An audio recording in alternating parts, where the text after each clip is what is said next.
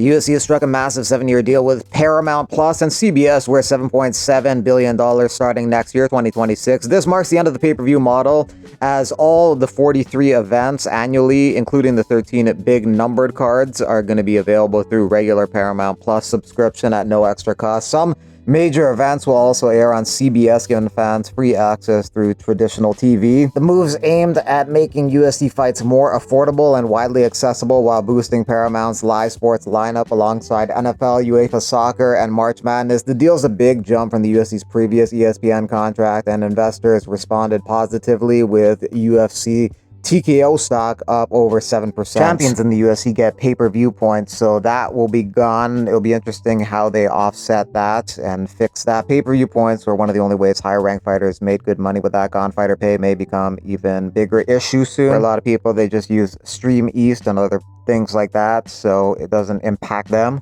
UFC President Dana White is happy with the new deal. He says this historic deal with Paramount and CBS is incredible for UFC fans and our athletes. For the first time ever, fans in the US will have access to all UFC content without a pay-per-view model, making it more affordable and accessible to view the greatest fights on a massive platform. This deal puts the UFC amongst the biggest sports in the world. The exposure provided by the new Paramount and CBS networks under this new deal is a huge win for our athletes and anyone who watches and loves this sport. How will this affect my Russian link?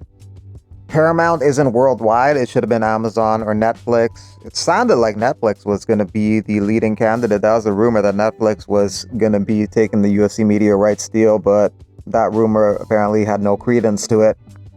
We got no pay-per-view UFC deal before GTA 6.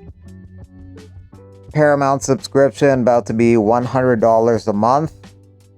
Still a legally streaming button. TKO President Mark Shapiro says that CBS may also simulcast the numbered events, the events which are now pay-per-views. Those numbered events may also be simulcast on CBS. Something that may not be great for Paramount, because Paramount's looking to have people sign up for their Paramount Plus subscriptions. Think of this. If you take their ad platform as it stands now, so you're going to sign up for Paramount Plus with ads, it's $8. It's $8 and you get all of the UFC included.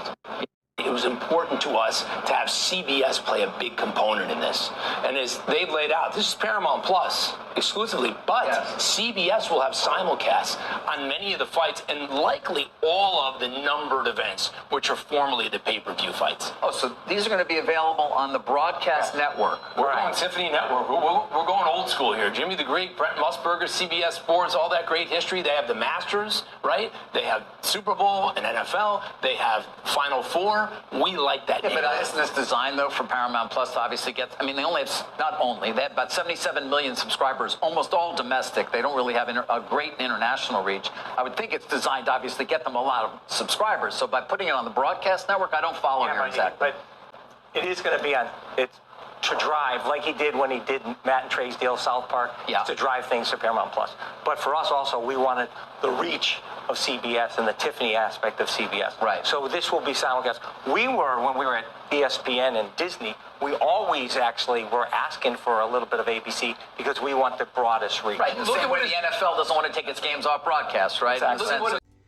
The UFC's new deal with Paramount Plus kind of feels like a full circle moment, because back in 2005, the UFC's first major TV breakthrough came on Spike TV, where shows like The Ultimate Fighter helped launch the UFC sort of into mainstream. And that same channel, Spike TV, was rebranded in 2018 as the Paramount Network. So the UFC is kind of returning in a way to the same corporate family that put them onto national TV. It's kind of a nostalgic twist that brings the sport's early boom to its current billion-dollar era. CBS also has its own historic footprint in MMA. CBS was the first national broadcast network to air the sport back in 2008. They had Elite XC events on prime time. Now the UFC, under the same umbrella as Paramount, the promotion reunites with Spike TV roots, but also partners with the very network that first brought MMA to free national television. Gentlemen, we're on national television. Gentlemen, we're in national television. We are going to step away right now on CBS. Back right after this. There was no mention what happens to Tough and Dana White's Contender Series. Dana White's Contender Series starts tomorrow. The new season, week 1, begins, and it will air on ESPN+. Both the UFC and WWE are owned by TKO Group, and they both secured broadcasting deals in the past couple days. The WWE finalized a $1.6 billion 5-year deal with Disney's ESPN for exclusive UFC streaming rights to its premium events like WrestleMania. That also starts next year, 2026. And this move shifts the WWE from its previous Peacock partnership. So the two organizations kind of moving in a different direction. UFC leaving ESPN and WWE going to ESPN. Over the weekend, performance bonuses went to Edwards, Elijah Smith, Christian Leroy Duncan, and Anthony Hernandez. Hernandez once again weaponized his cardio against Dolidze. He does that better than pretty much anybody in the sport. He's like a giant Marab in the sense that he uses his wrestling and his grappling and his cardio and his pressure to drain people's energy, but he has more finishes than Marab. It's basically TKOs and subs via exhaustion. He drains his opponent's energy bar to 0. And then he finishes them with punches and subs. Fluffy Hernandez versus Sean Strickland could be an interesting stylistic matchup. Fluffy pushes the pace with his wrestling and grappling, and Strickland pushes the pace with his striking. Although it's a lot of teep kicks and jabs, he's constantly putting his opponents on the back foot, and that does tend to tire them out. His takedown D is good, and ability to get back up when taken down is good, and he has good cardio. So it's kind of an interesting stylistic matchup to put together, and it's an opportunity for Fluffy Hernandez to take on a top 5 opponent, and he deserves that shot. And it would be interesting to see where he stands in the top 5. I'd rather see him fight a top 5 guy as opposed to just running through a fighter at the bottom third of the rankings.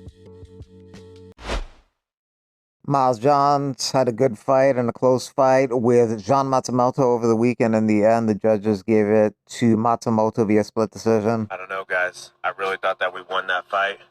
I thought that the takedown in the 3rd round secured the deal. When the fight was over, I was not nervous. I thought that we had for sure won. But it is what it is. I think the part that makes me the most upset is that our life is literally in the hands of these dumb, flippant judges who do not know what they're doing. And they don't understand. Like, I got 4 kids, I got mouths to feed, and they're sitting here making bad decisions that is when a lot of money is on the line. And they're not held accountable at all. Like, nobody's going to have to go back to them and tell them, show me why you picked this. The one judge that had me winning the fight scored Matsumoto for the 1st round and me for the 2nd and 3rd. Matsumoto won the 2nd round, but I won the 1st and 3rd round. But like I said, it is what it is. I'm not going to sulk on it. I'm going to get right back to work. I can be happy with my performance knowing that we're getting better, and I can just put the finances in God's hands, and hopefully I'll get back in there soon. But I appreciate all the support and love, and talk to you guys soon.